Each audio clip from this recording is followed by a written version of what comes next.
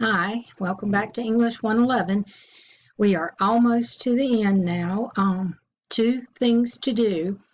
One is to revise your rough draft for your core project 4 essay after you get your feedback from Smart Thinking. And they usually give really good advice, so try to act on the advice that they give. And then also, you can follow that check sheet that I gave you on last week. I have duplicated it and put it on this week's also. So here's the check sheet for the core project 4 essay, and it has actually each paragraph what it needs to have in it. So check each paragraph and make sure you have all the information in it that each one needs. And once you get it revised, then you should be ready to turn it in. Depending on whether you're a Monday night student or a Tuesday, Thursday morning student, it's either due before midnight tonight or before midnight tomorrow night. Now, keep in mind, I do need to get it as soon as possible. I'm going to start grading the essays as they're turned in on the final submission link. However, if you miss the deadline tonight or tomorrow night, then the standard operating procedure is to email the document to me. I'll upload it for you and go ahead and grade it that way. You don't have to email me and ask permission to do that. Just send it to me. Something that is coming up very fast next week, as a matter of fact, Monday or Tuesday, depending on which section you're in, is the final exam essay. So I want you to go ahead and I'm going to talk about that this week because it'll be due next week.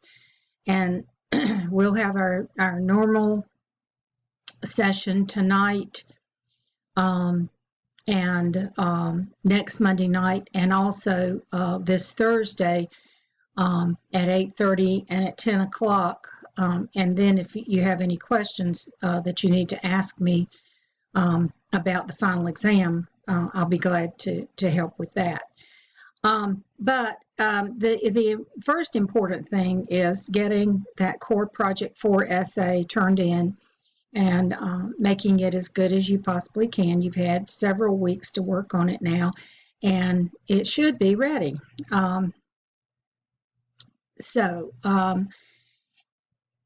If you another good tool to check by, if you still have questions about that, is this sample core project 4 essay that I put on here that a former student had written.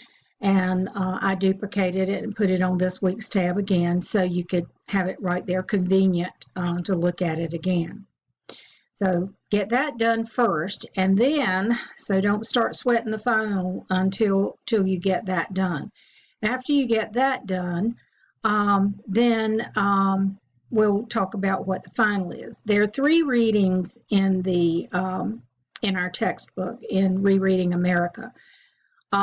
One is Our Future Selves on page 241, How We Sold Our Souls and More to the Internet Giants on page 315, and Thank God It's Monday on page 445. The final exam, it will be due before midnight next Monday. If you're a Monday student, before midnight next Tuesday. If you're a Tuesday, Thursday student, but you need to get those into me as soon as possible also. If you miss the deadline for that, standard operating procedure, email the document to me. The week after the final is due, then we have the end of the course. And so I don't want to have to grade everybody's assignment on the last day before final grades are due, or I won't be able to do that. But keep in mind that we even have some options for that. If you are just overwhelmed by our shelter-in-place directions or stay isolated home directions, then and you're having to share your computer with kids who are also homeschooling now, and you just can't make those deadlines, just keep in mind that I will be glad to give you an incomplete if you feel like, okay, over the summer the kids won't be in school anymore, I'll have time to finish it and work on it then.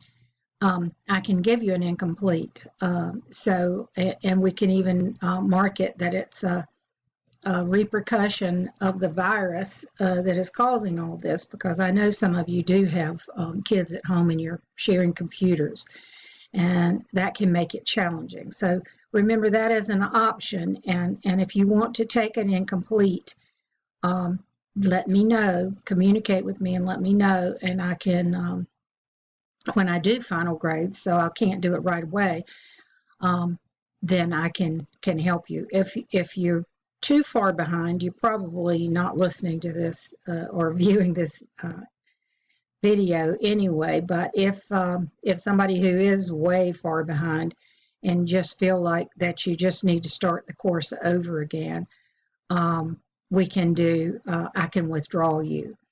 I thought today, the 27th, was the last day to withdraw, and it originally was the last day to withdraw, but now the deadline for withdrawal is May 4th. So we have another week to work on things and make decisions. However, an incomplete would be something that you wouldn't have to give up the whole credit for the course for, and it's a possibility that you could get it finished. The thing with an incomplete is this, though: if you don't get the course completed by the deadline, then or the coursework completed by the deadline, then that automatically converts to an F. So the advantage of a withdrawal versus an F, you won't get credit for the course either way, but with a withdrawal, it doesn't affect your GPA, and an F, of course, does affect your GPA. So some soul searching and decision making for some of you. Some of you are just clicking right along and you're doing fine.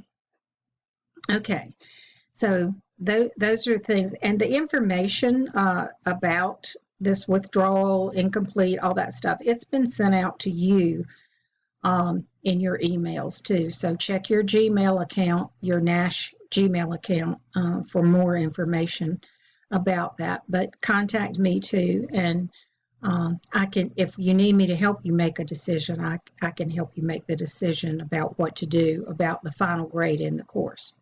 But as I said, most of you are clicking right along and getting it done. Here's what the final exam essay is all about. I have gone ahead and put the link, because you'll need to be working on that after you get your core project 4 essay out of the way. And here it is right here. It says, read this document for the requirements of your final exam essay. So let's take a look at that right now. And what you're going to do is, I want you to skim through those 3 readings that I mentioned a moment ago. I need to change it from fall 2019 to spring 2020, but here is the document. So for those 3, you're going to just pick one of them to actually write about. So you're not writing about all 3 of them. Don't worry about that. Just pick one. And if you want to ask my opinion on which one is easier to write about, I think our future selves on page 241 is easier to write about. That's my opinion. Our future selves, looking at past readings with students in past semesters, class discussions on the 3 readings, and essays that students in the past have written. I think our future selves is the easiest one to write about. All 3 of them require a lot of critical reading and thinking. and applying it to the writing prompt. But that's just my opinion. So if you want to take my advice and go with that one, I think it'll be easier for you to do. And in fact, on the Moodle page, I have put a little video on, a YouTube video that is an introduction to our future selves. And if you view that first and then read the article, your mind is just going to be full of ideas for your final exam essay. But again, I'm speaking on past experience with students in the past, and that's my recommendation. However, you can choose one of the other two if you would like also, and you may have just a fine time writing on it. It's up to you. All right, so here's the writing prompt right here. It says incorporating evidence from the essays you've read. And actually, it should just say from the essay you've chosen.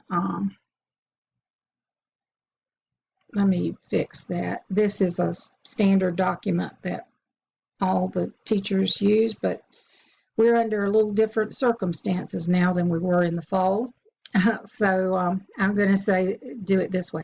Incorporating evidence from the essay you've chosen, compose a thesis-based essay explaining how technology has changed the way people think, live, or interact with others. And it says choose one specific aspect of life and use information from the essay.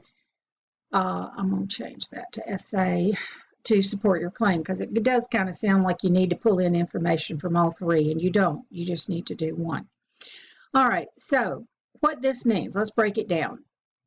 We have incorporated evidence into our essay before. Remember when we did our rhetorical analysis, you found passages in the text itself to back up the claim that you were making in your thesis statement.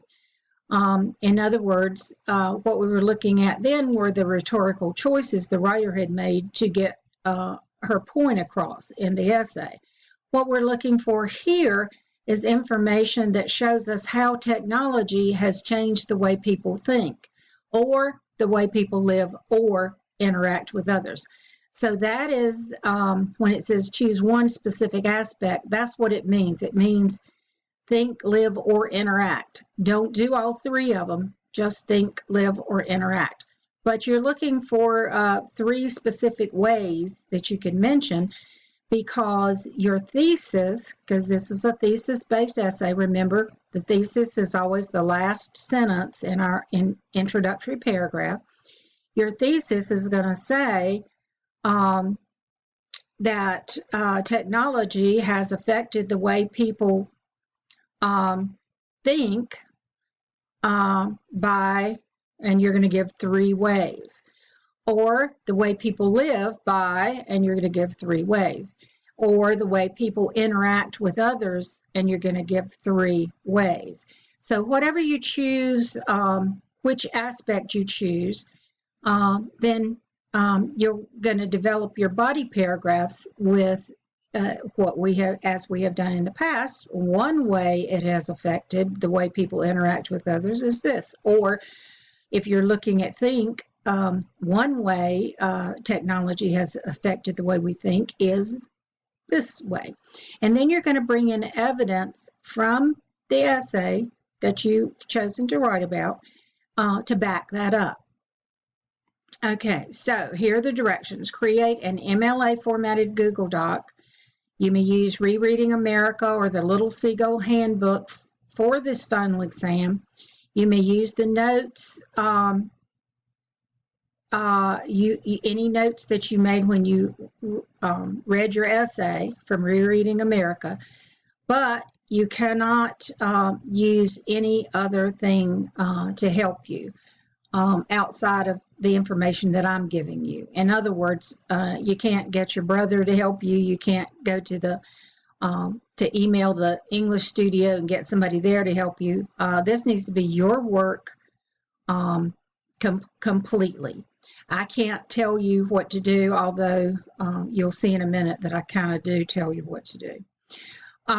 So you have not, all right, this is really important. This blue paragraph here, it says you have not been asked to write about the Rereading America essays. Rather, you will use information from those essays to support the content of your own response to the final exam prompt. You should read all the essays, or at least skim them, so that you can adequately and effectively incorporate information from one or more of the essays sources into your essay. So you can use more than one, but I'm telling you to keep it simple and straightforward. I would do one essay and use just information from that. I would do that, but you can make your choice about that. And incorporating that evidence is required. Okay, so here's the what we're looking for, the student learning outcomes and everything regarding the essay. So this is what we're looking for, to see if after taking this course you have learned all of these things that are covered in these student learning outcomes. But you're going to create a Google Doc the way you've been doing. You're going to set it up in MLA format. You're going to put have an introductory paragraph. Well, you're going to have a title, of course. You're going to have your introductory paragraph with an attention getter, narrowing your topic down to a thesis statement that lists 3 ways that technology has affected the way you think or live or interact with other people.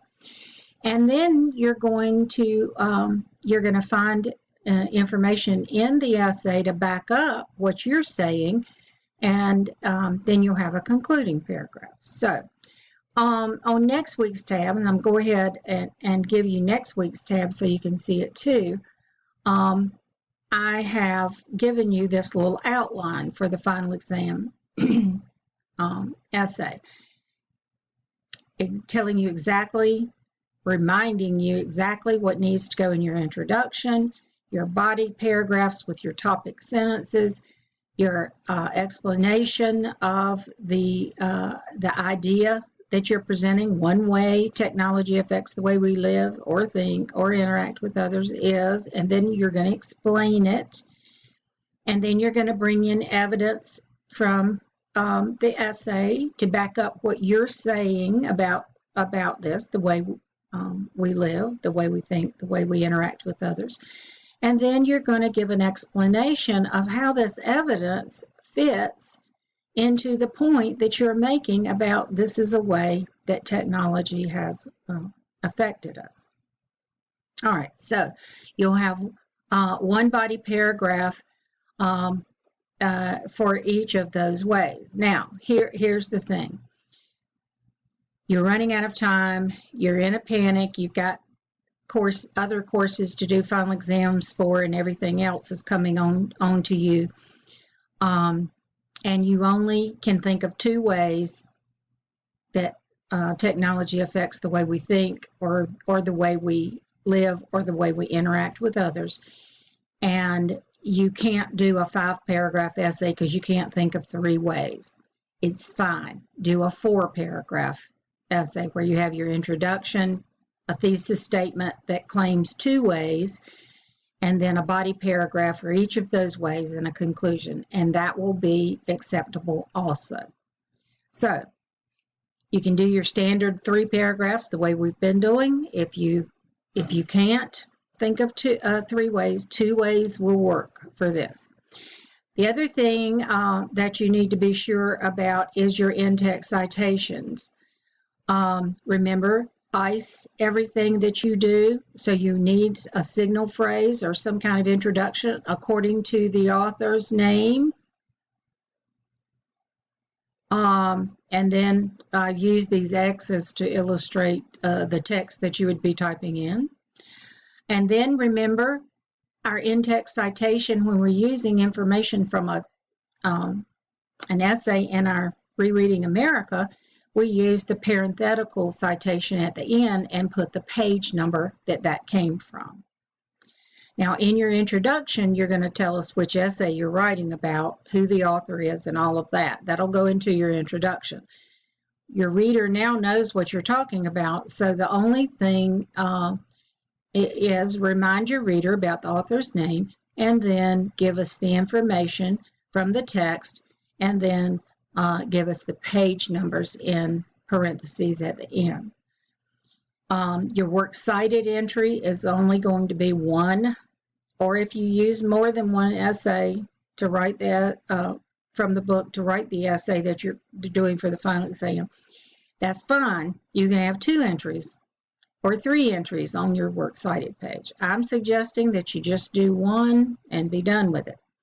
All right, so on the works cited page then, and of course, works cited is centered on your page.